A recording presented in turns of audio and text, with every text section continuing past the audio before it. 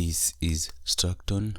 If you're interested in technology news in Africa and beyond, then this is the right channel for you to subscribe. We also do design tutorials as well, so if you're interested in those as well, you can be able to subscribe. Now, a developer in Kenya by the name of 14 Trees has set a record in printing 10 houses within 10 weeks in Kilifi County. This is the biggest complete printed house development in the world, and they were printing one house at an average rate of 1 week. I mean, in every week they were printing one house, and 6 of those completed houses, they have a floor area of 76 square meters, while the remaining 4 have a floor area of 56 square meters with 2 bedrooms each. And so far the prices for the smaller homes start at $28,618 US, while the bigger ones are